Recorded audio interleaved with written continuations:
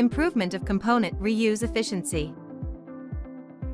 ZW3D 2026 significantly boosts component reuse efficiency by 70% through optimized component replication and an advanced self-symmetry analysis tool.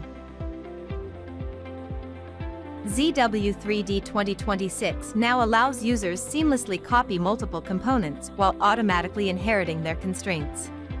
When copying components, users can choose to retain the original constraint target or assign a new target.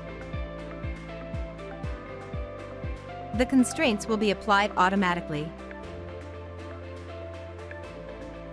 Similarly, the self-symmetry analysis tool enables users to mirror components more intelligently.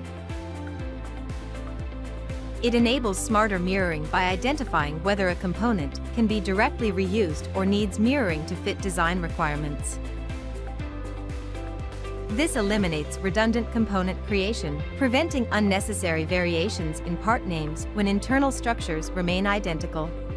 With these intelligent enhancements, ZW3D 2026 reduces component redundancy and maximizes efficiency.